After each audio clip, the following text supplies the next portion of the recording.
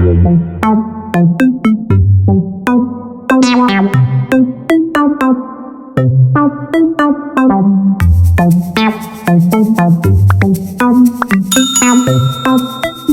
पढ़ाई नहीं रुकेगी कि हमारे ऑनलाइन लर्निंग प्लेटफॉर्म पर आज हम कक्षा 8वीं के विज्ञान विषय की एक और बेहतरीन लर्निंग लेकर उपस्थित हैं। आज की हमारी विज्ञान विषय की एक्सपर्ट माननीय श्रद्धा अग्रवाल मैम है।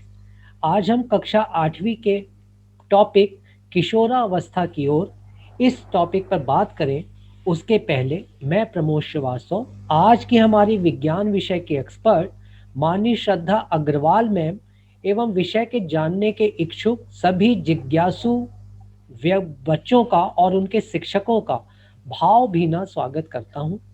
अब पढ़ाई नहीं रुकेगी कि अपने स्लोगन के साथ आइए इस वंडरफुल लर्निंग को प्रारंभ करें और इसके लिए सम्मान के साथ आमंत्रित हैं माननीय श्रद्धा अग्रवाल मैम।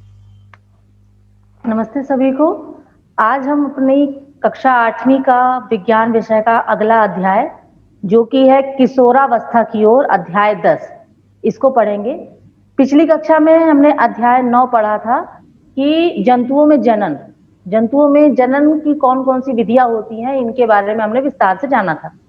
लेकिन जनन की क्रिया प्रारंभ करने के पहले कौन सी ऐसी आयु है जब जंतु, जिसमें मनुष्य भी शामिल है और बहुत से जंतु भी शामिल हैं, जनन के योग्य होते हैं। उस आयु को हमें जानना है और साथ ही उस आयु तक पहुंचने में किस प्रकार के परिवर्तन शरीर में होते हैं और इन परिवर्तनों के लिए किन हार्मोन की क्या महत्व है, इन बिंदुओं पर हम इस अध्याय के अंतर्गत चर्चा करेंगे। जैसे कि नाम से स्पष्ट है बच्चों, किशोरावस्था की ओर। किशोर अवस्था जो है वो बाल्यावस्था और युवावस्था के मध्य की एक महत्वपूर्ण अवस्था है जिसमें शरीर में बहुत से परिवर्तन होते हैं और ये शारीरिक परिवर्तन जीव को जनन के योग्य बनाते हैं। जनन क्या होता है हम जान चुके हैं कि जीव अपने ही समान जीवों को उत्पन्न करता है और ये प्रक्रिया जनन कहलाती है। लेकिन वे कौन से परिवर्तन हैं जो कि उस जीव को जनन करने के योग्य बनाते हैं, इन्हीं को हम इस चैप्टर के अंतर्गत पढ़ेंगे। तो चलिए अब इसका हम विधिवत अध्ययन करते हैं। जैसे कि इसका जो पहला टॉपिक है, आप अपनी बुक खोलकर देख सकते हैं। पहला टॉपिक है इसका किशोरावस्था एवं यौवनारंभ। किशोरावस्था एवं यौवनारंभ, अब ये क्या चीज होती है? जैसे अभी हमने आपको बताया कि बाल्यावस्था के समाप्ति के उपरांत जब बच्चा 10 या 11 साल की उम्र में पहुंचता है तो वो किशोरावस्था की उम्र में पहुंचना शुरू करता है। अर्थात किशोरावस्था की जो उम्र होती है वो 11 वर्ष से 18 वर्ष तक होती है। 11 वर्ष से 18 वर्ष या 19 वर्ष तक की जो आयु है वो किशोरावस्था कहलाती है। और इस किशोरावस्था में या जीवन के इस काल में शरीर में बहुत से परिवर्तन होते हैं जिसके कारण चाहे लड़का हो या लड़की, दोनों में ही जनन परिपक्वता आती है। जनन परिपक्वता से तात्पर्य है कि वह जनन के योग्य हो जाते हैं, अपने ही समान जीवों को उत्पन्न करने के योग्य हो जाते हैं। तो ये अवधि जो होती है इसको हम टीनेजर्स भी कहते हैं। आपने शायद नाम सुना हो। टीनेजर्स शब्द जो आया है वो इस प्रकार आया है कि जैसे 13 यानी 13 साल, 13 to 18 या 19 वर्ष, जो टीन शब्द है उसी से इसको हम इस आयु को टीनेजर्स भी कहते हैं। तो किशोरावस्था की जो अवधि है वो आप समझ गए कि 11 या 13 साल से स्टार्ट होकर ये 18 या 19 वर्ष की आयु तक चलती है।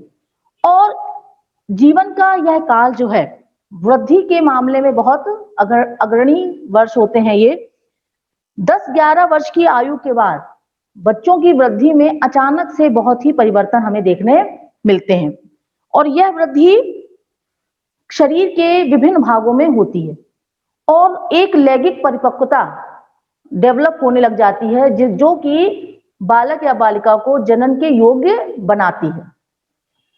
लड़कियों में अगर हम बात करें तो लड़कियों में लड़कों की अपेक्षा 1 या 2 वर्ष पहले से ही जनन जो किशोरावस्था है वो प्रारंभ हो जाती है। लेकिन किशोरावस्था की अवधि भी व्यक्तियों में भिन्न भिन्न होती है, अर्थात सभी के लिए एक समान ये नहीं है। अब हम बात करते हैं यौवनारंभ के क्या तात्पर्य है। किशोरावस्था के दौरान ही मनुष्य के शरीर में, जैसे मैंने बताया कि अनेक परिवर्तन आते हैं, तो यही परिवर्तन यौवनारंभ यानी यौवन की शुरुआत के संकेत होते हैं, जिसमें लड़के और लड़कियों में जनन की क्षमता का विकसित होना सबसे महत्वपूर्ण संकेत है या लक्षण इस आयु में देखने मिलता है। अर्थात लड़का या लड़की जनन के में करने में सक्षम होते हैं, ये महत्वपूर्ण परिवर्तन हमें इस आयु में देखने मिलता है। अब हम बात करते हैं यौवनारंभ में होने वाले परिवर्तन। अभी हमने इस पिछले टॉपिक में किशोरावस्था की उम्र और किशोरावस्था में क्या होती है ये हमने जाना। अब सबसे महत्वपूर्ण बात यह है कि यौवनारंभ यानी इस किशोरावस्था के दौरान कौन कौन से महत्वपूर्ण परिवर्तन होते हैं, तो हम एक एक परिवर्तन को यहाँ समझने का प्रयास करते हैं। पहला परिवर्तन होता है बच्चों लंबाई में वृद्धि। पहला परिवर्तन है लंबाई में वृद्धि। आपने ये देखा होगा कि इस उम्र में शरीर की जो लंबाई होती है उसमें अचानक से कई बार अधिक वृद्धि देखने मिलती है। यह कहा जाए कि शरीर की जो वृद्धि का काल है वो किशोरावस्था ही होती है। इसमें बच्चों के हाथ और पैरों की जो मांसपेशियां हैं या अस्थियां हैं वो बढ़ती हैं, जिसके कारण शरीर की लंबाई भी क्या होती है, बढ़ती है। अब शरीर की लंबाई जो बढ़ती है उसमें भी लड़के और लड़कियों में अंतर हो सकता है, लेकिन 18 वर्ष की आयु तक पहुंचने पर लड़का हो या लड़की दोनों ही अपनी उच्चतम जो लंबाई है उसको प्राप्त कर लेते हैं, या अधिकतम लंबाई जो उनकी होगी वो प्राप्त कर लेते हैं। जैसे मैंने भी कहा कि अलग अलग व्यक्तियों में लंबाई की जो वृद्धि की दर है उसमें भिन्नता हो सकती है। कुछ ऐसे होंगे जो कि यौवनारंभ की शुरुआत में ही काफी अच्छी लंबाई प्राप्त कर लेते हैं, और कुछ ऐसे होते हैं कि जिनकी शुरुआत में लंबाई नहीं बढ़ती लेकिन धीरे धीरे बाद में अचानक से उनकी लंबाई बढ़ती है। लेकिन 18 वर्ष की आयु तक पहुंचते तक दोनों में ही समान रूप से कहा जाए कि एक जो अधिकतम लंबाई है वो प्राप्त दोनों ही कर लेते हैं। इसमें आपकी बुक में एक बहुत ही अच्छा क्रियाकलाप भी दिया गया है 10.1।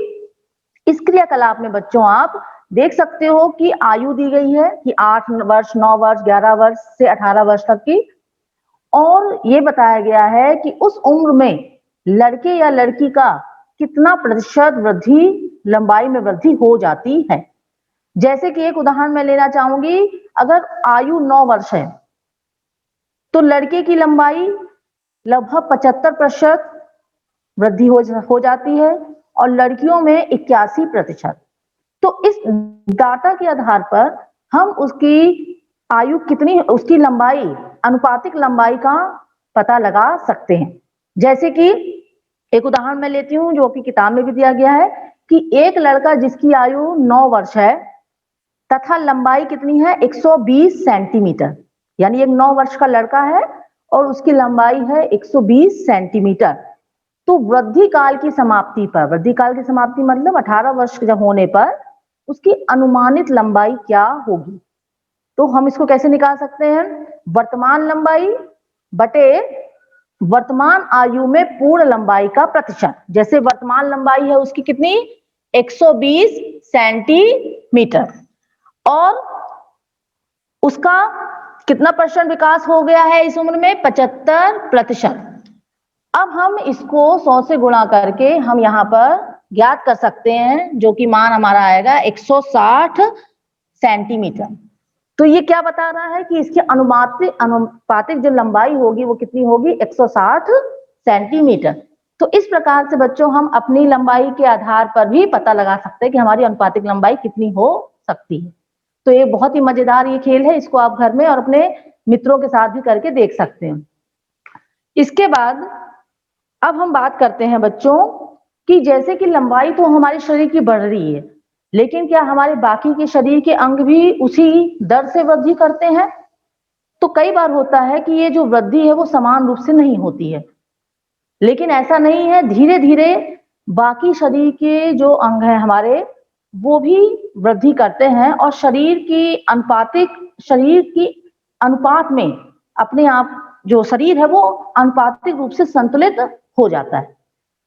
अब अगर हम बात करें कि कई बार हम देखते हैं कि बच्चे की जो लंबाई है उस पे माता पिता का प्रभाव पड़ता है, या हम दूसरे शब्दों में ये कहें कि अगर माता पिता लंबे हैं तो होने वाली संतान भी लंबी होती है, या माता या पिता में से कोई किसी की लंबाई अधिक है तो हो सकता है कि उनकी संतान में से किसी एक की हाइट अच्छी हो, या कोई बौना है तो एक की हाइट कम हो। तो पिछले अध्याय में हमने पढ़ा था कि माता पिता से जो गुण हैं वो बच्चों में जाते हैं गुणसूत्रों के माध्यम से। तो जो संतान है उसमें जो लंबाई का जो गुण आया है वो उसके माता पिता के जीन की वजह से उसमें आता है। तो एक कैसा लक्षण होता है? एक आनुवांशिक लक्षण होता है। अब हम बात करते हैं, अगला जो गुण है शारीरिक आकृति में परिवर्तन। पहला हमने देखा लंबाई में वृद्धि, अगला जो लक्षण हमें दृष्टिगोचर होता है वो है शारीरिक आकृति में परिवर्तन। लंबाई के साथ साथ बच्चों जैसे जैसे टीनेजर्स की उम्र बढ़ती है, आप उनके कंधे जो है वो चौड़े होने लगते हैं, यानी कंधों का आकार भी क्या होता है? बढ़ता है। उनका सीना भी जो है वो अपेक्षाकृत बड़ा होने लगता है। तो इस प्रकार से उनकी जो वृद्धि है वो होने लगती है। इसी तरह लड़कियों में भी कमर के नीचे का भाग बढ़ना। तो इस प्रकार से शरीर का जो आकार है वो क्या होता है बच्चों? वृद्धि करने लगता है। स्वर में परिवर्तन। स्वर मतलब कई बार आपने देखा है एक बच्चे की आवाज और एक बढ़ते हुए बच्चे यानी 12 या 13 साल के लड़के की आवाज में बहुत अंतर हमें दिखता है, जिसको हम कहते हैं कि आवाज में भारीपन आने लगता है। कई बार लड़कों की आवाज बहुत कर्कश लगने लग जाती है। तो ये जो स्वर में वृद्धि हो रही है ये भी एक यौवनारंभ का लक्षण है। आपको मालूम हो शायद कि हमारे गले पर स्वर यंत्र पाया जाता है जिसको हम लैरिंक्स कहते हैं। यह स्वर यंत्र इस अवधि में क्या होता है? बढ़ता है, और बढ़ने के कारण जो आवाज है उसमें भारीपन आने लगता है। खासकर इस स्वर यंत्र को क्या कहते हैं, पुरुषों में इनकी वृद्धि ज्यादा देखी गई है, जिसके कारण जो गले के आगे इसका उभार भी दिखाई देता है, जबकि महिलाओं में अपेक्षाकृत इतनी वृद्धि नहीं होती है। कई बार ऐसा भी होता है कि इस लैरिंक्स की जो पेशियां होती हैं वो बहुत ज्यादा अनियमित रूप से उनमें वृद्धि होती है, और ऐसी स्थिति में उस लड़के की जो आवाज होती है वो फटी हुई होती है, यानी बहुत ही कर्कश ध्वनि कहलाती है, जो कि कुछ हफ्तों में या कुछ समय बाद ठीक भी हो सकती है। तो इस तरीके से जो आवाज में भारीपन आ रहा है वो किशोरावस्था की एक महत्वपूर्ण पहचान है, या किशोरावस्था में होने वाला महत्वपूर्ण परिवर्तन कहते हैं इसको। एक यहाँ पर एक और महत्वपूर्ण मैं बात बताना चाहूंगी। जैसे मैंने अभी आपको बताया कि लड़कों के जो गले में जो स्वरयंत्र है उसमें वृद्धि होने से वो गले से दिखाई भी देता है, तो इसको एडम्स एप्पल की संज्ञा दी गई है, इसको एडम्स एप्पल का नाम दिया जाता है। तो कई बार हो सकता है कि आपसे परीक्षा में पूछ लिया जाए ऐसा क्वेश्चन, तो आप इस बात को ध्यान रखें। अगला जो परिवर्तन है किशोरावस्था का, वह परिवर्तन होता है स्वेद एवं तैल ग्रंथियों में की क्रियाशीलता में वृद्धि। बच्चों आपने देखा होगा कि 13 साल से 18 साल तक की उम्र के बच्चों में जब वृद्धि करते हैं तो कई बार उनके चेहरे पर फुंसियां या कील मुहासे दिखाई देते हैं। तो ये जो होता है लक्षण, इसकी वजह होती है हमारे शरीर में पाई जाने वाली जो श्वेत ग्रंथियां यानी स्वीट ग्लैंड जिसको कहते हैं, और इसी तरह से तेल ग्रंथियां, इनकी क्रियाशीलता जो होती है बच्चों वो बढ़ जाती है, और क्रियाशीलता बढ़ने के कारण ये बहुत अधिक मात्रा में स्रावित होती हैं, जिसके कारण बहुत अधिक पसीना आना और शरीर का तैलीय होना शुरू हो जाता है। और इसी के कारण बहुत अधिक तेल के स्राव होने के कारण कई बच्चों में फुंसियां या कील मुहासे जैसे लक्षण दिखाई देते हैं, जो कि टीनेजर्स की आयु समाप्त होने पर धीरे धीरे स्वतः ही समाप्त होने लगते हैं। अगला जो इसका महत्वपूर्ण परिवर्तन है वो है जनन अंगों का विकास। जैसा कि मैंने अभी आपको पूर्व में बताया कि इस आयु में लड़का एवं लड़की दोनों ही जनन परिपक्वता को प्राप्त करते हैं। तो जनन के संबंधी जो महत्वपूर्ण परिवर्तन होते हैं उसमें यह है कि जो नर जननांग होता है, नर जननांग जिसको हमने पिछली कक्षा में पढ़ा था वृषण, जिसको वृषण या टेस्टिस भी कहते हैं, उस नर जननांग में शुक्राणुओं का निर्माण होने लगता है। नर जननांग वृषण जो है वो विकसित होने लगता है और विकसित होने पर उसमें से शुक्राणु, जिसको हम नर जनन कोशिका भी कह सकते हैं या नर युग्मक भी कह सकते हैं, इसका विकास होने लगता है। इसी तरह से महिलाओं में अंडाशय का विकास होने लगता है। अंडाशय जिसमें अंडाणु का निर्माण होता है। शायद आपको याद होगा पिछली कक्षा में ही हमने पढ़ा है कि मेल यानी लड़कों में शुक्राणु जो कि जनन कोशिका कहलाती है उसका निर्माण होता है और फीमेल यानी लड़कियों में अंडाणु जनन कोशिका का निर्माण होता है। शुक्राणु कहाँ बनते हैं? वृषण या जिसको टेस्टिस भी कहा जा सकता है, और अंडाणु बनते हैं कहाँ? अंडाशय में। तो जाहिर बात है कि इनके बनने के लिए जनन अंग, वृषण और अंडाशय का विकसित होना बहुत आवश्यक है। तो इस उम्र में इनका विकास होता है और विकास होने के बाद इनमें से नर जनन कोशिका और मादा जनन कोशिका का निर्माण प्रारंभ हो जाता है। अब बच्चों हम बात करते हैं मानसिक, बौद्धिक एवं संवेदनात्मक परिपक्वता। मानसिक, जैसे अभी हमने आपको शारीरिक वृद्धि और विकास के बारे में बताया, लेकिन साथ ही साथ इस उम्र में बच्चों का मानसिक विकास भी होता है, उनका बौद्धिक विकास भी होता है। इस उम्र में बच्चे बहुत सोचते हैं, कुछ नया करने की उनमें चाहत होती है, बहुत ही भावनात्मक रूप से भी वो कहा जाए कि भावनात्मक रूप से भी थोड़ा उनमें परिपक्वता आती है। तो ये जो उम्र है वो उनके विकास की दृष्टि से या उनके सीखने की दृष्टि से बहुत ही महत्वपूर्ण होती है। लेकिन कई बार इस अवस्था में यदि उनको सही मार्गदर्शन ना मिले तो उनके मार्ग से भटकने की या अनुचित कार्य करने की प्रवृत्ति भी बढ़ती है, या ये कहा जाए कि ये संवेगात्मक रूप से बहुत ही कठिन समय होता है बच्चों के लिए, और इस आयु के लिए उचित परामर्श देना, उचित संगति बहुत ही आवश्यक होती है। अब हम बात करेंगे गौण लैंगिक लक्षण। अभी जो हमने पढ़ा था बच्चों वो था हमारा कि यौवनारंभ में कौन कौन से परिवर्तन होते हैं। तो इस टॉपिक के अंतर्गत हमने विभिन्न परिवर्तनों का अध्ययन किया। अब हम आगे बात करते हैं गौण लैंगिक लक्षण, ये क्या होते हैं, जिसको हम इंग्लिश में सेकेंडरी लक्षण भी कह सकते हैं। अब ये कौन से लक्षण हैं? देखिए, जब लड़के या लड़कियां अपने किशोरावस्था में आती हैं तो बहुत से ऐसे परिवर्तन होते हैं लड़कों में भी और लड़कियों में जो कि उनमें भिन्नता को प्रदर्शित करते हैं। अर्थात उन लक्षणों के आधार पर लड़के और लड़कियों की अलग अलग पहचान होती है। जैसे कि लड़कियों में युवावस्था में आने पर स्तनों का विकास होना, लड़कों में उनके चेहरे पर बालों का आना, जिसे हम दाढ़ी मूछ आना भी कहते हैं। तो ये जो लक्षण हैं वो उनमें भिन्नता को दर्शा रहे हैं, इसी कारण इनको गौण लैंगिक लक्षण भी कह सकते हैं। अब बात ये आती है कि आखिर ये यौवनारंभ के अंतर्गत जो परिवर्तन हो रहे हैं, चाहे वो आपके सेकेंडरी सेक्सुअल कैरेक्टरिस्टिक्स हो या और जो हमने परिवर्तन अभी बात की है, उनको कंट्रोल कौन करता है या उन लक्षणों को, परिवर्तनों को कौन प्रारंभ करता है, इन पर अब हम चर्चा करेंगे।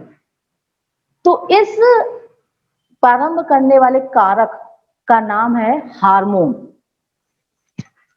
हार्मोन है या हार्मोन्स जो कि इन परिवर्तनों को प्रभावित करते हैं या इन परिवर्तनों को शुरू करते हैं। ये हार्मोन्स कौन से हैं? इन हार्मोन्स का स्रावण, या ये हार्मोन जो है बच्चों एक रासायनिक पदार्थ होते हैं, केमिकल सब्सटेंस होते हैं, जिनका सिक्रेशन यानी कि स्रावण विशेष प्रकार की ग्रंथियों द्वारा किया जाता है। और ये ग्रंथियां हमारे शरीर के अंदर पाई जाती हैं और इन शरीर की ग्रंथियों को अंतःस्रावी ग्रंथि कहते हैं या एंडोक्राइन ग्लैंड, एंडोक्राइन ग्लैंड भी कहते हैं। इन अंतःस्रावी ग्रंथियों से ये जो रासायनिक पदार्थ स्रावित हो रहा है, इन रासायनिक पदार्थ को कहा जाता है हार्मोन्स। क्या कहते हैं? हार्मोन्स। और यही हार्मोन्स जो हैं ये लड़कों और लड़कियों में होने वाले विभिन्न परिवर्तनों के लिए उत्तरदायी होते हैं। अब लड़के और लड़कियों का जो विशिष्ट हार्मोन है जो कि उन दोनों में अंतर करता है और उनके द्वितीयक लैंगिक लक्षणों को दर्शाने के लिए उत्तरदायी होता है, उस पर हम बात करते हैं। उसको आप जरूर याद कर रखें कि पुरुषों में टेस्टोस्टेरोन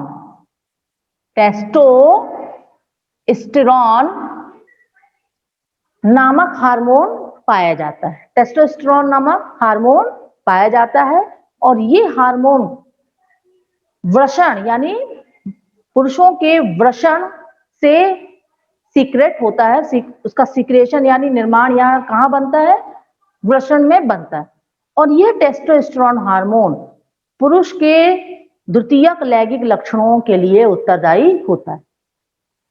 इसी तरीके से फीमेल्स यानी लड़कियों में अंडाशय से एक विशेष हार्मोन निर्मित होता है। इस हार्मोन का नाम है एस्ट्रोजन। क्या नाम है इसका? एस्ट्रोजन। तो पुरुषों का हार्मोन या पौरुष हार्मोन का नाम क्या है? टेस्टोस्टेरोन। और महिला हार्मोन या स्त्री हार्मोन जिसको हम कह सकते हैं वो है एस्ट्रोजन। तो एस्ट्रोजन का निर्माण कहाँ हुआ? एस्ट्रोजन की अगर हम बात करें तो एस्ट्रोजन का निर्माण कहाँ हुआ? अंडाशय में। अंडाशय में स्त्री हार्मोन एस्ट्रोजन का निर्माण होता है। इसी तरह पुरुषों में टेस्टोस्टेरोन हार्मोन का निर्माण कहाँ होता है? वृषण में होता है। ये दोनों में महत्वपूर्ण अंतर है और ये हार्मोन लड़के और लड़कियों को विशिष्ट द्वितीयक लक्षण प्रदान करता है जो कि उनमें भिन्नता को दर्शाता है।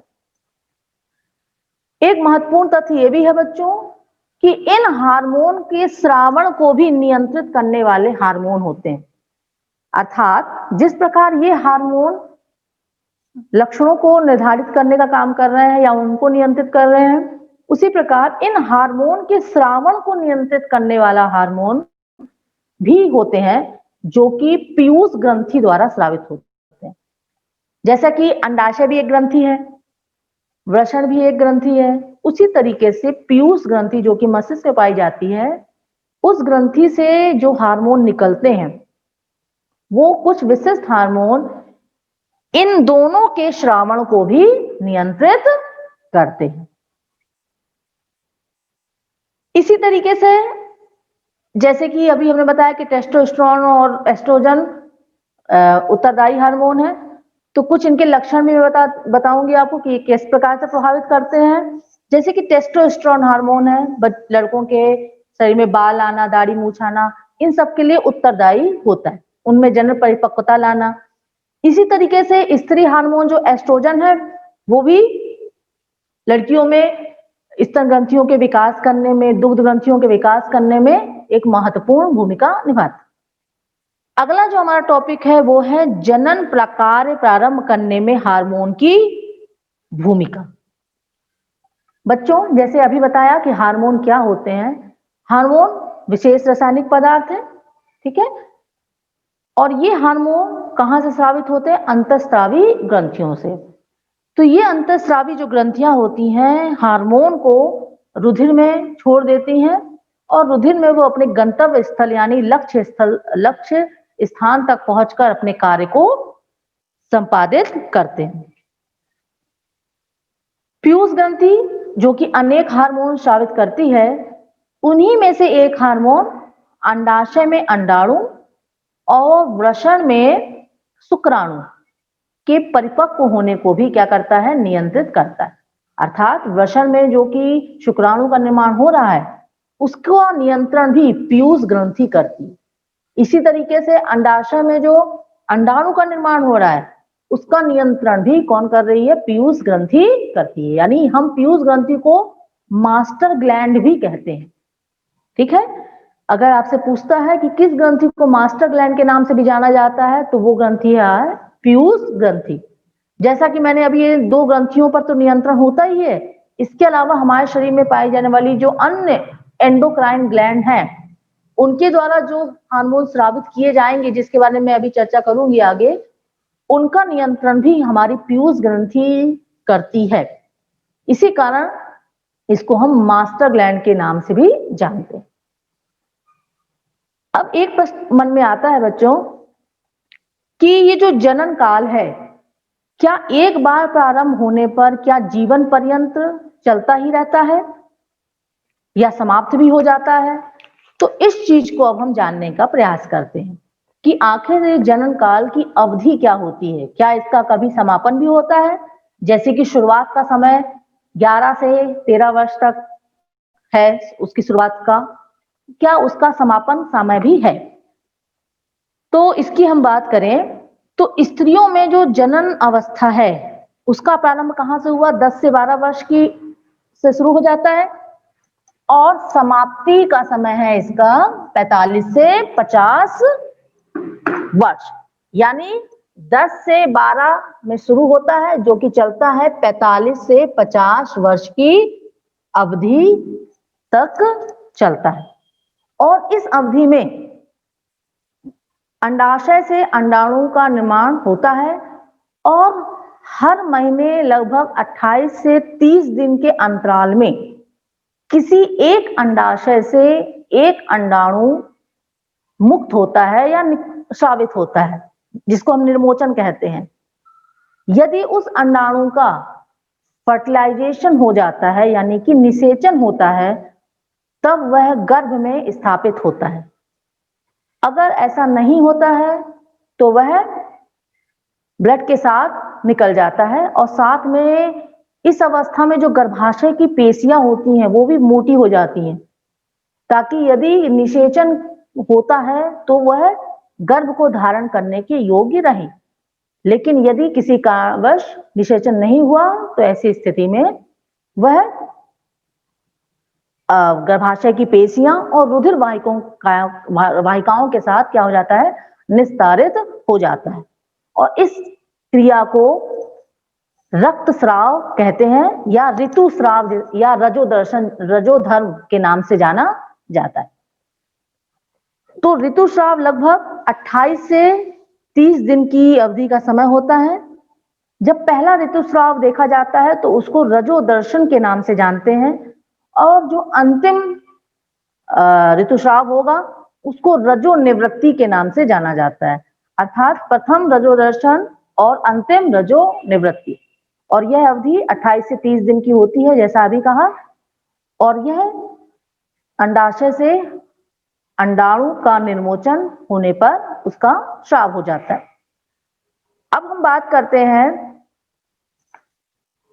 कि ऋतुस्राव चक्र का नियंत्रण भी बच्चों हार्मोन द्वारा ही होता है। जैसा कि अभी मैंने चर्चा कर रही थी कि अंडाणु का परिपक्व होना, परिपक्व अंडाणु का अंडाशय से निर्मोचन होना, गर्भाशय की दीवार का मोटा होना, और यदि निषेचन ना हो तो निषेचन ना होने की स्थिति में उसका टूटना, ये सारी क्रियाएं जो होती हैं उसका नियंत्रण हार्मोन के द्वारा ही होता है।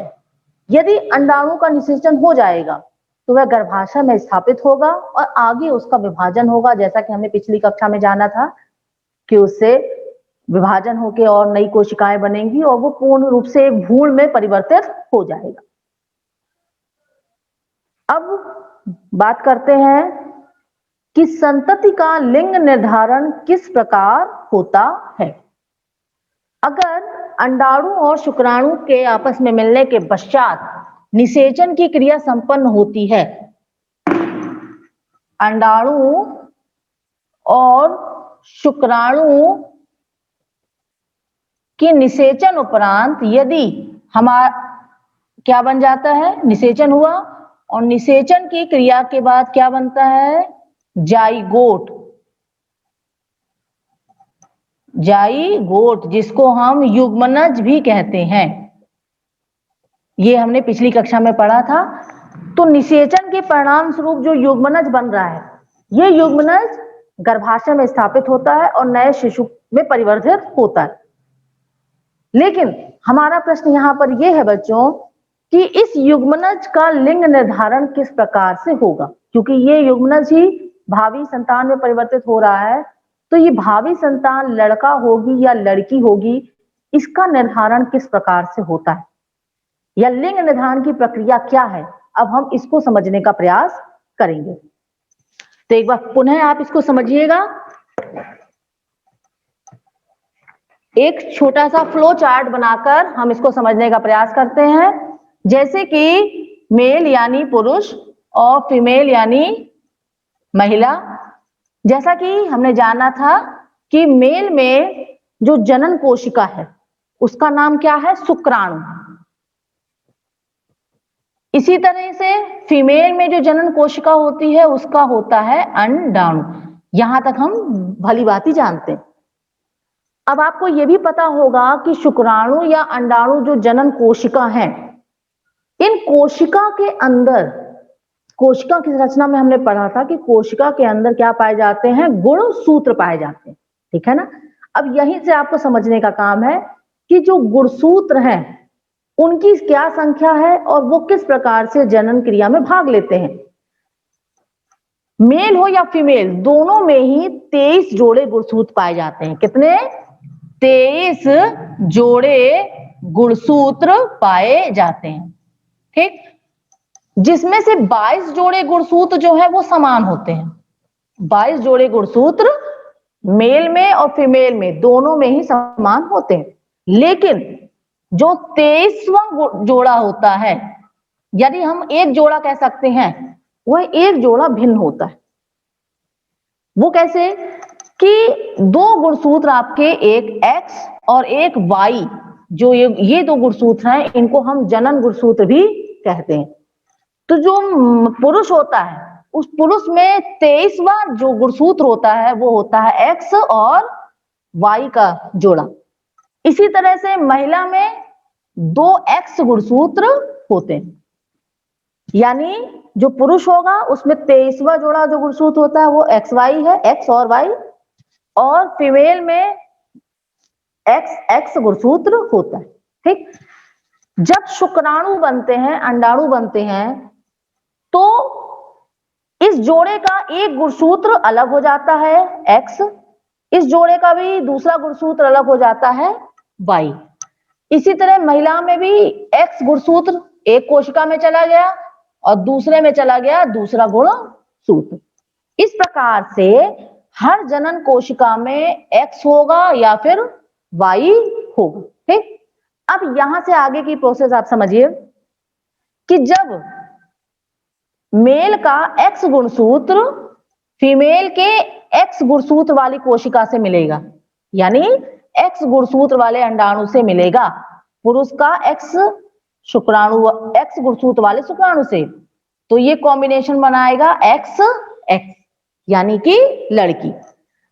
लेकिन यदि पुरुष का Y गुणसूत्र महिला के किसी भी X गुणसूत्र से मिलेगा तो क्या बनाएगा, X और Y का कॉम्बिनेशन, यानी पुरुष का X क्रोमोसोम महिला के किसी भी X क्रोमोसोम से मिलता है तो क्या उत्पन्न होती है, लड़की, जिसका जेनेटिक फॉर्म क्या होगा, XX।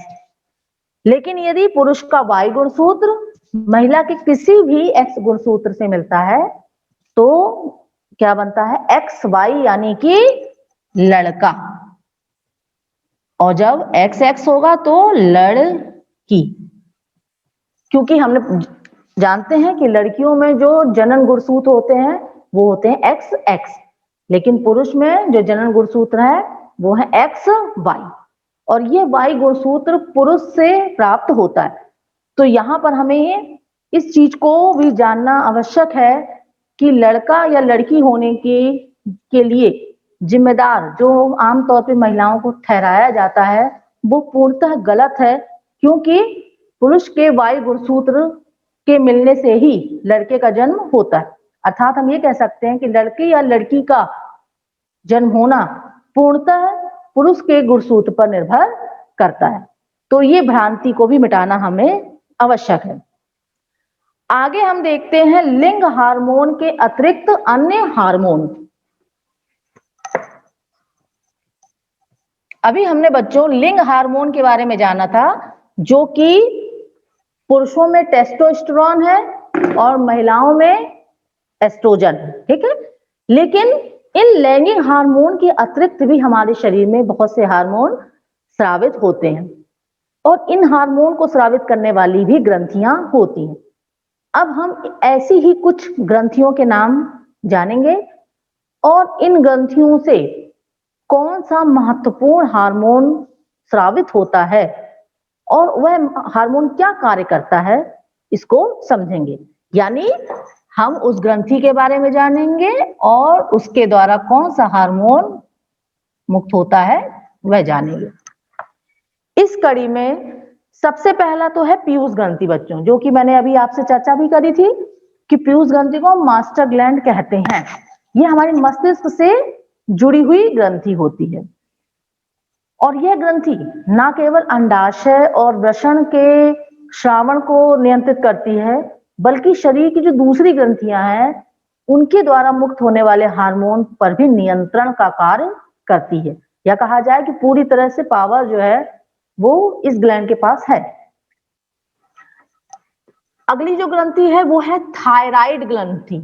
थायराइड, आपने शायद नाम भी सुना हो बच्चों। ये थायराइड ग्रंथि हमारे गले में पाई जाती है। आप किताब में चित्र 10.5 अपनी बुक में देखिएगा, उस चित्र में कौन सी ग्रंथि कहाँ पाई जा रही है वो दर्शाया गया है, तो आपको समझने में आसानी होगी कि कौन सी ग्रंथि कहाँ पाई जाती है। जैसे कि थायराइड ग्रंथि जो कि गले में पाई जाती है। यह थायराइड ग्रंथि जो है ये एक महत्वपूर्ण हार्मोन का स्रावन करती है जिसका नाम है थायरॉक्सिन। इस थायराइड ग्रंथि द्वारा थायरॉक्सिन हार्मोन का सिक्रीशन होता है, ठीक है। और जब कभी थायरॉक्सिन हार्मोन का स्रावन कम हो जाता है या यह ग्लैंड अनियमित थायरॉक्सिन हार्मोन का स्रावन अनियमित हो जाता है, तो ऐसी स्थिति में एक रोग जिसको ग्वाइटर कहते हैं, आपने देखा भी हो कुछ लोगों का गले में ऐसा फूला हुआ होता है जिसको गलकंड, घेंगा या ग्वाइटर कहा जाता है। तो ये थायरॉक्सिन की कमी के कारण ही होता है। थायरॉक्सिन हार्मोन के निर्माण के लिए आयोडीन का होना बहुत आवश्यक है, इसीलिए आपने सुना भी होगा आयोडीन युक्त नमक खाने की सलाह दी जाती है, ताकि उससे हमारे थायरॉक्सिन हार्मोन का स्रावन कंट्रोल में रहे। इसी तरीके से अगली जो ग्रंथि है उसको कहते हैं अग्नाशय। अग्नाशय ग्रंथि, इस ग्रंथि के द्वारा भी एक महत्वपूर्ण हार्मोन जिसका नाम है इंसुलिन, इंसुलिन हार्मोन का स्रावन इस ग्रंथि के द्वारा किया जाता है। आपने डायबिटीज का नाम अवश्य सुना होगा, मधुमेह जिसे हम कहते हैं।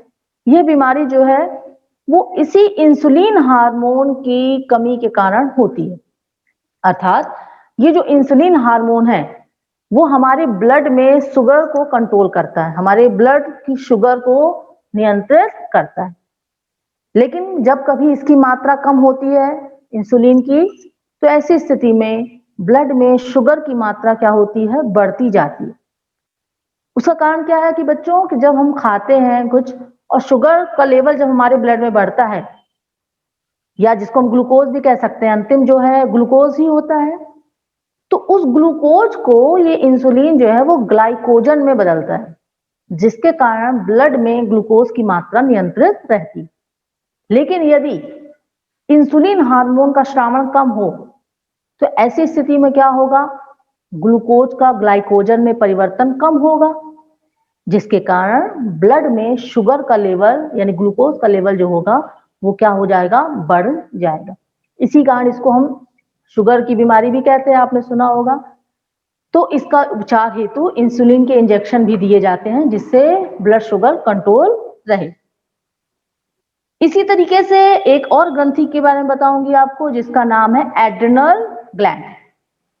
एड्रिनल ग्लैंड यानी एड्रिनल ग्रंथि, यह ग्रंथि भी एक महत्वपूर्ण हार्मोन का स्रावण करती है जिसको एड्रिनालिन हार्मोन कहते हैं। एड्रिनल ग्रंथि ये वृक्क के दो हमारी किडनी होती है शरीर में, उन किडनी के ऊपर ये एड्रिनल ग्रंथि पाई जाती है और इस एड्रिनल ग्रंथि द्वारा एड्रिनालिन हार्मोन का स्रावण होता है। एड्रिनालिन हार्मोन का स्रावण होता है। यह हार्मोन क्या करता है, यह हार्मोन बच्चों क्रोध, चिंता या उत्तेजना की अवस्था में तनाव के संयोजन का भी कार्य करता है। कई ऐसी बार परिस्थितियां होती हैं कि हम बहुत ज्यादा तनाव में या क्रोध या चिंता की अवस्था में होते हैं, तो ये हार्मोन ही हमारे इन चीजों को नियंत्रित करता है, कंट्रोल करता है। इस हार्मोन को हम फाइट एंड फ्लाइट हार्मोन भी कहते हैं, क्योंकि संकट की परिस्थितियों में जब हमें कुछ नहीं सूझता तो या तो हम उसके विरुद्ध कार्य करते हैं या फिर वहां से पलायन कर जाते हैं। तो ये सारी चीजें हमें आती हैं। कई बार आपने देखा होगा कि अगर हम बहुत तेज भी नहीं दौड़ते, लेकिन अगर हमारे समक्ष ऐसी परिस्थिति आ जाती है तो हम बहुत तेज दौड़ लेते हैं, तो अचानक से जो हमें ताकत आ गई दौड़ने की, ये हमारी इस हार्मोन के कारण है जो हमें उस समय इतनी ताकत देता है कि असंभव कार्य भी हमारे लिए संभव हो जाता है ना। तो इस प्रकार ये हार्मोन हमें संकट मोचक हार्मोन है। चलिए अगला बात करते हैं हम पीयूष ग्रंथि की बात। हम जैसे पहले भी मैंने किया बच्चों, तो पीयूष ग्रंथि जो है वो एक महत्वपूर्ण हार्मोन भी स्रावित करती है। वैसे तो और भी बहुत से हार्मोन स्रावित करती है, लेकिन वो आपके सिलेबस से बाहर है। इसमें एक वृद्धि हार्मोन की बात आती है। यह वृद्धि हार्मोन हमारे शरीर की वृद्धि के लिए आवश्यक होता है। तो इस वृद्धि हार्मोन का स्रावण जो है वो पिट्यूटरी ग्लैंड, जिसको हम पीयूष ग्रंथि कह रहे हैं, उसके द्वारा स्रावित होता है। ठीक है, चलिए ये तो बात हमने कुछ हार्मोन्स की करी है। एक प्रश्न ये उठता है कि क्या अन्य जंतुओं में भी हार्मोन स्रावित होते हैं, जैसे कि अभी हमने मनुष्य की बात करी है। क्या जनन प्रक्रिया में भी उनका कोई योगदान है? इसको हम समझने के लिए मेढक का उदाहरण लेते हैं। इस जंतु में हमने पिछली कक्षा में पढ़ा था कि कायांतरण के द्वारा लार्वा जो है, जो लार्वा अवस्था आ रही थी, टेडपोल अवस्था आ रही थी, और उसके बाद वयस्क मेढक की अवस्था आती है। तो ये जो कायांतरण हो रहा है, इस कायांतरण का नियंत्रण भी थायरॉक्सिन हार्मोन द्वारा होता है। यानी मेढक में जो थायराइड ग्रंथि पाई जाती है, उस थायराइड ग्रंथि से जो थायरॉक्सिन हार्मोन निकलता है, वो थायरॉक्सिन हार्मोन मेढक के कायांतरण को नियंत्रित करता है। यदि मेढक का अधिक इस थायराइड ग्रंथि से थायरॉक्सिन हार्मोन ना निकले तो उसका मेढक में परिवर्तन नहीं हो पाएगा। यानी आप समझ सकते हैं कि कितना महत्वपूर्ण है थायरॉक्सिन हार्मोन का निकलना। और मैंने अभी बताया था कि इसके लिए आयोडीन युक्त नमक की आवश्यकता होती है, अर्थात जल में जिसमें टेडपोल वृद्धि कर रहे हैं, यदि उसमें पर्याप्त मात्रा में आयोडीन मिला दिया जाए तो बहुत अच्छी से वृद्धि होगी, और यदि आयोडीन नहीं है तो टेडपोल वयस्क मेढक में परिवर्तित नहीं हो सकता। तो इस प्रकार से हमने जाना कि जंतुओं में भी हार्मोन की बहुत अधिक उपयोगिता होती है। अब हम अपने इस चैप्टर के अंतिम चरण में आ रहे हैं बच्चों। अगला जो हमारा टॉपिक है वो है जननात्मक स्वास्थ्य। जननात्मक स्वास्थ्य ये क्या चीज है? जैसा कि बच्चों अभी हमने जाना कि जनन की कौन सी अवस्था है ना, कौन सा युवा किशोरावस्था में कौन कौन से परिवर्तन होते हैं। तो इस आयु में क्योंकि बहुत से महत्वपूर्ण परिवर्तन हो रहे हैं, एक बालक में जनन परिपक्वता आ रही है, तो इसके लिए उसके शरीर का स्वस्थ रहना और संतुलित आहार को ग्रहण करना बहुत ही आवश्यक हो जाता है। तो इस दिशा में, इस अवस्था में सफाई रखना, स्वच्छता के साथ कार्य करना, पर्याप्त मात्रा में संतुलित आहार ग्रहण करना बहुत ही आवश्यक होता है, ताकि जो किशोर की जो पोषण आवश्यकताएं हैं वो पूर्ण हो सके। जैसा कि संतुलित आहार की मैं बात कर रही हूँ, तो संतुलित आहार के बारे में आप निश्चित रूप से जानते होंगे, आपने पिछली कक्षाओं में भी पढ़ा होगा कि संतुलित आहार वह आहार होता है जिसमें पर्याप्त मात्रा में भोजन के सभी महत्वपूर्ण घटक उपस्थित होते हैं, जैसे कि प्रोटीन है, कार्बोहाइड्रेट है, वसा है, विटामिन है, खनिज है। ये सभी तत्व जिस भोजन में पर्याप्त मात्रा में उपस्थित होते हैं, एक संतुलित मात्रा में उपस्थित होते हैं, उसको संतुलित आहार कहा जाता है। जैसे कि जो भी हम अपने दैनिक जीवन में भोजन करते हैं, रोटी है, चावल है, दाल है, सब्जियां हैं या फल हैं, ये सभी हमारे संतुलित आहार को पूर्ण करते हैं या संतुलित आहार के रूप में हम इनको ग्रहण कर सकते हैं। शिशुओं में जब मां से वो दूध प्राप्त करके अपना पोषण लेता है, तो उसके दूध में भी समस्त ये गुण होते हैं। अब बात करते हैं लौह तत्व की।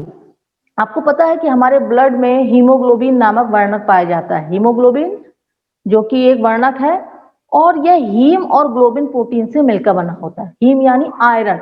तो हमारे रक्त के लिए आयरन की बहुत अधिक आवश्यकता होती है।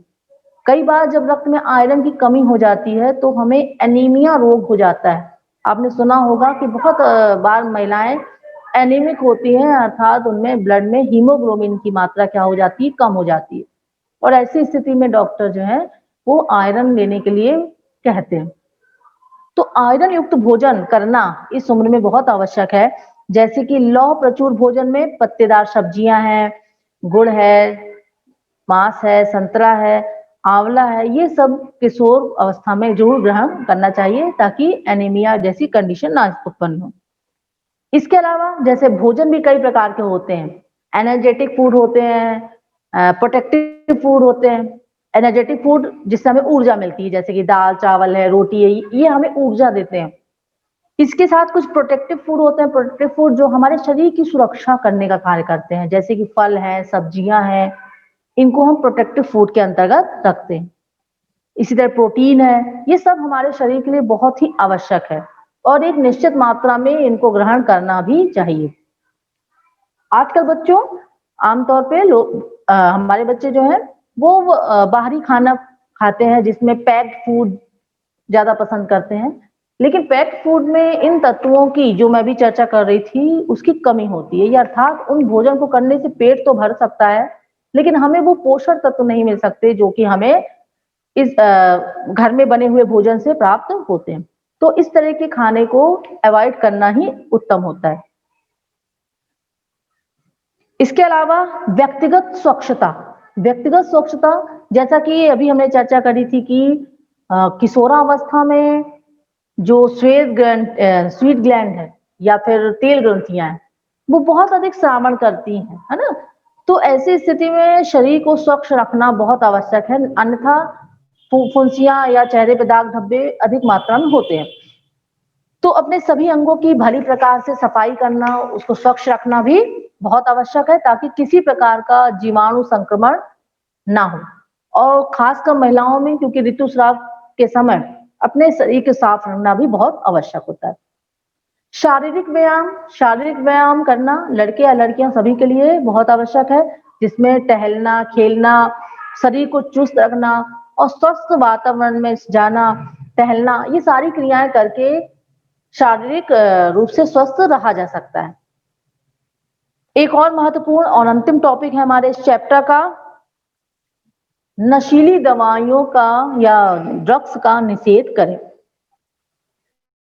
बच्चों, ये जो अवस्था होती है किशोरावस्था की, वो शारीरिक और मानसिक रूप से अधिक सक्रियता का समय होता है, जैसा कि अभी हमने बताया था। और ऐसी स्थिति में जो बच्चे होते हैं वो भ्रमित भी जल्दी होते हैं और कई बार अपने आप को असुरक्षित महसूस करते हैं। और ऐसी स्थिति में कई बार बुरी संगत में फंसकर वो कुछ ऐसी दवाइयों को लेना शुरू कर देते हैं जो कि उनके लिए, उनके भविष्य के लिए खतरनाक होती है। अर्थात ऐसे नशीले पदार्थ जो कि एक बार खाने पर बच्चे को उसकी क्या होती है, लत लग जाती है, यानी वो उसको ग्रहण करने के लिए मजबूर हो जाता है। तो इन पदार्थों को ड्रग्स कहा जाता है। और यदि आप इनको एक बार लेते हैं तो जाहिर बात है इसको बार बार लेने की क्या होती है, इच्छा होती है, जो कि एक कालांतर में या काफी समय बाद एक बहुत ही हानिकारक प्रभाव इसके देखने को मिलते हैं। इसी तरीके से एड्स, जिसके बारे में भी आपने सुना होगा, एचआईवी वायरस से होने वाला एक संक्रमित रोग है एड्स। तो इस आयु में बच्चों को इसके बारे में भी जानकारी देना बहुत जरूरी है, ताकि वो एड्स होने के जो संभावित कारण हैं उनसे अपना क्या कर सके, बचाव कर सके, जिसमें असुरक्षित यौन संबंध बनाना या गर्भवती माँ है एड्स पीड़ित तो उसके बच्चे को भी हो सकता है। तो ये सारी जानकारियां बच्चों को दी जानी चाहिए, जिससे वो एक जो इससे होने वाले जो महत्वपूर्ण एड्स जिन कारणों से होता है उससे अपने आप को सुरक्षित रहने में सक्षम हो सके। तो बच्चों, इस प्रकार से हमने ये चैप्टर को पढ़ा। अब एक बार मैं पुनः इस चैप्टर को दोहराती हूँ ताकि आप समझ सके कि इस चैप्टर में वास्तवतः हमने क्या क्या बातें जानी है और क्या क्या सीखा है। ठीक है, जैसा कि इस चैप्टर का नाम है कि किशोरावस्था की ओर, अर्थात हमने इस चैप्टर में जाना कि किशोरावस्था जीवन की एक महत्वपूर्ण अवस्था होती है जिसमें लड़कों एवं लड़कियों में ऐसे परिवर्तन होते हैं जो कि उनमें जनन परिपक्वता या जनन करने के योग्य बनाते हैं। ठीक है, और इसकी अवधि भी लड़कों एवं लड़कियों में भिन्न हो सकती है। आमतौर पे इसकी अवधि को 11 वर्ष से 18 वर्ष तक माना जाता है, जिसको किशोरावस्था का नाम देते हैं। 13 to 18 यानी टीनेजर्स के नाम से भी इनको जाना जाता है। इस किशोरावस्था के दौरान बहुत से परिवर्तन होते हैं, जैसे कि बच्चों की लंबाई में वृद्धि का होना, शरीर की हड्डियों में वृद्धि होती है, हाथ पैर की हड्डियों में वृद्धि होती है, जिसके कारण संपूर्ण शरीर की लंबाई में बढ़ोतरी होती है। और इसमें भी बहुत से अंतर हम देख सकते हैं, किसी की वृद्धि जल्दी होती है, किसी की कम बाद में, लेकिन एक औसतन जो वृद्धि है वो 18 वर्ष तक बच्चा प्राप्त कर लेता है। और शरीर की वृद्धि के साथ साथ जो शरीर के अन्य अंग हैं उनमें भी वृद्धि होती है, और एक कहा जाए कि शारीरिक अनुपात के रूप में सभी अंग संतुलित हो जाते हैं। शारीरिक आकृति में परिवर्तन होता है, शरीर के लड़कों में सीना का चौड़ा होना, कंधों का चौड़ा होना, ये सारे परिवर्तन देखने को मिलते हैं। स्वर में भी परिवर्तन हो जाता है, आवाज का भारी हो जाना, कर्कश हो जाना, ये सारे परिवर्तन किशोरावस्था में देखने मिलते हैं, जो कि गले में पाए जाने वाला जो स्वर यंत्र है उसकी वृद्धि के कारण होता है। वो जब बड़ा होता है तो उसके कारण ऐसा होता है। और लड़कों में ये दृष्टिगोचर भी होता है, जिसको हम एडम्स एप्पल के नाम से भी जानते हैं। श्वेत ग्रंथि और तेल ग्रंथियों की वृद्धि होने लग जाती है। शरीर में जो स्वेट ग्लैंड्स हैं, जो ऑयल ग्लैंड्स हैं, वो बहुत अधिक मात्रा में अपना श्रावण करती हैं, जिसके कारण शरीर में बहुत अधिक पसीना आना या बहुत ज्यादा तेल का सिक्रेशन होता है।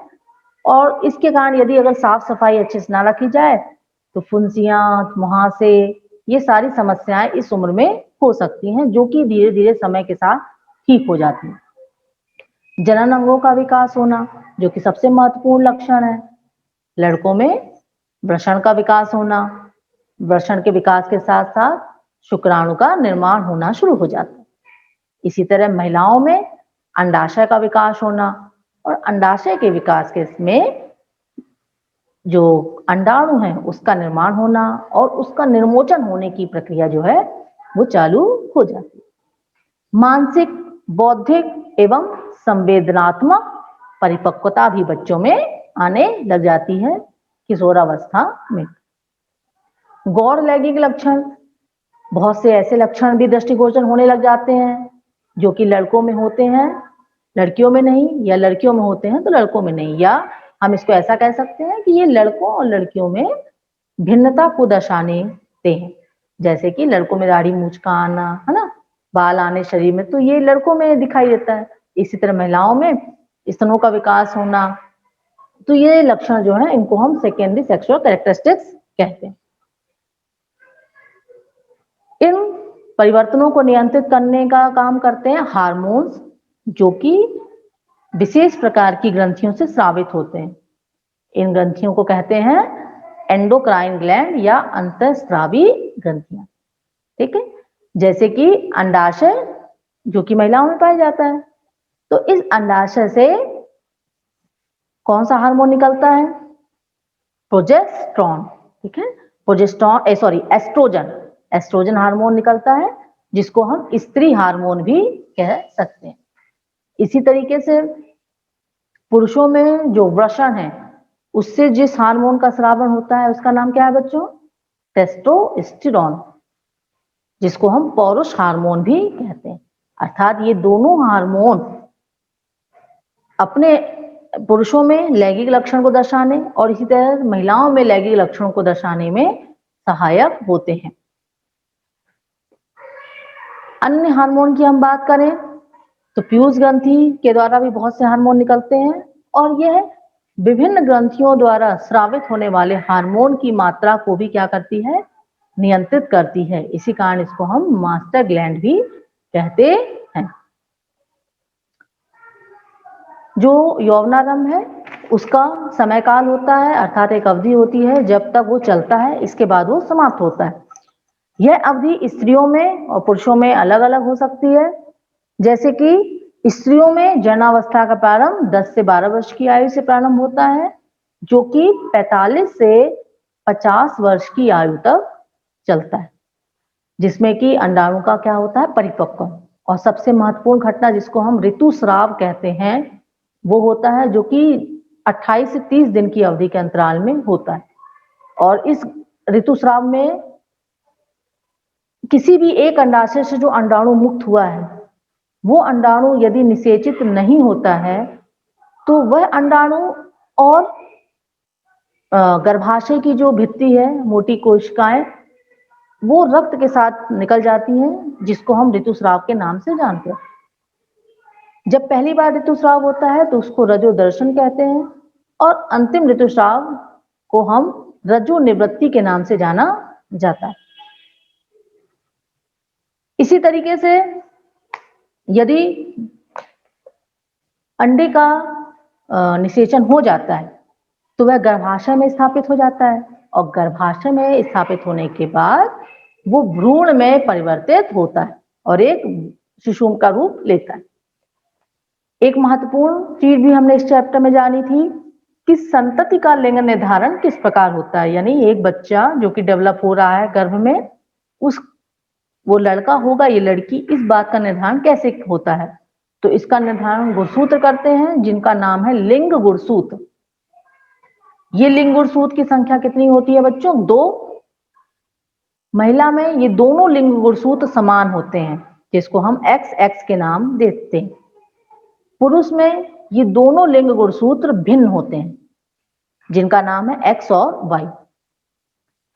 जब निषेचन की प्रक्रिया में X गुणसूत्र से मिलता है तो ऐसी स्थिति में लड़की उत्पन्न होती है, और यदि पुरुष का Y गुणसूत्र किसी भी महिला के X गुणसूत्र से मिलता है तो वो लड़का उत्पन्न करता है। ठीक है, तो इस प्रकार से ये हमने लिंग निर्धारण की प्रक्रिया को समझा था। कुछ अन्य हार्मोन और ग्रंथियों के बारे में भी इस चैप्टर में हमने जाना कि थायराइड ग्रंथि हमारे गले में पाई जाती है, जो कि एक महत्वपूर्ण हार्मोन थायरॉक्सिन का स्रावण करती है। ठीक है ना। इसी तरीके से जो एड्रिनल ग्रंथि है उससे एड्रिनालिन हार्मोन का स्रावण होता है, और अग्नाशय ग्रंथि है उससे इंसुलिन नामक हार्मोन का स्रावण होता है। अगर इंसुलिन की कमी हो जाए तो कौन सा रोग होता है? डायबिटीज। ठीक है, इसी तरह यदि आयोडीन की कमी हो तो थायराइड ग्रंथि थायरॉक्सिन हार्मोन की कमी हो तो तो कौन सा रोग होगा? गॉइटर नामक रोग हो जाएगा। ठीक है ना बच्चों? तो इस प्रकार से कुछ महत्वपूर्ण चीजें हमने जानी। तो इस प्रकार से ये चैप्टर हमारा समाप्त हो जाता है बच्चों। अगली कक्षा में हम अब इसी विज्ञान का जो अगला अध्याय है उसको पढ़ेंगे। इससे संबंधित जो क्वेश्चन दिए गए हैं आपकी पुस्तक में उसको आप जरूर पढ़ लीजिएगा, और कुछ महत्वपूर्ण चित्र भी दिए गए हैं जिनके द्वारा आप इन चीजों को भली भांति समझ सकते हैं। तो चलिए आज के लिए इतना ही बहुत काफी है। धन्यवाद।